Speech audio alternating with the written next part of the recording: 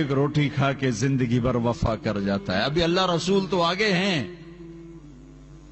ایک کتے کو دیکھو ایک وقت کی روٹی کھا کے زندگی بھر تمہارا گھر کا پہرا دیتا ہے.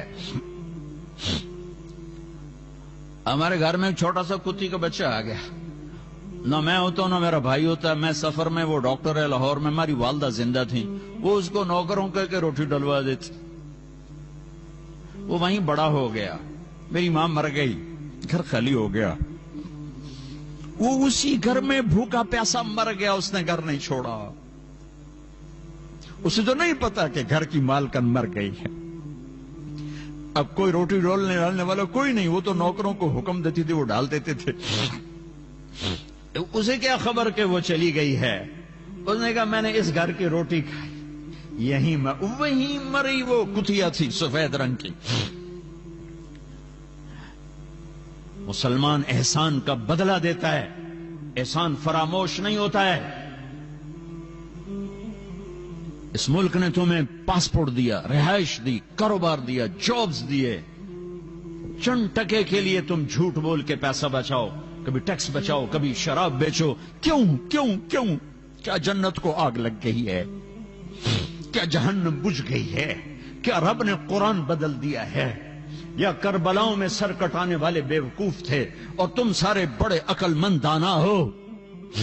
یا پیسہ خدا بن گیا ہے؟ یا دھن دولت ہی سب کچھ مذہب ہے؟ یہ غلط پیسہ جب تم یہاں کماتے ہو, پاکستان, ہندوستان, بنگلہ دیش میں مکانوں پہ لگتا ہے, سیاست میں لگتا ہے, مقدموں میں لگتا ہے, شادیوں پہ لگتا ہے, لڑائیوں پہ لگتا ہے. غلط چیز آتی ہے, غلط جاتی ہے.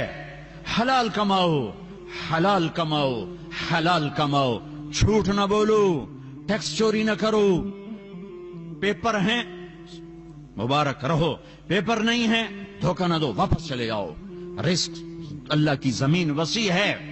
مسلمان دھوکے باز نہیں ہوتا, مسلمان فراڈ نہیں کرتا ہے, مسلمان اخلاق کا پیکر ہوتا ہے. یہ انفرادی زندگی کا سبق سنا رہا ہوں کہ اپنی زندگی میں سچائی پر آؤ, نمازوں پر آؤ. دھوکہ چھوڑ دو, شرابیں بیچنا چھوڑ دو, ریڑھی لگا لو. کل قیامت کو حوض کوثر کا پانی پینا ہے. وزن کرو, وزن کرو. ایک طرف تمہارا اللہ اور اس کا رسول ہے, ایک طرف تمہارے چند جورو ہیں. وزن کرو کون سا سودا اچھا ہے, کون سا سودا برا ہے.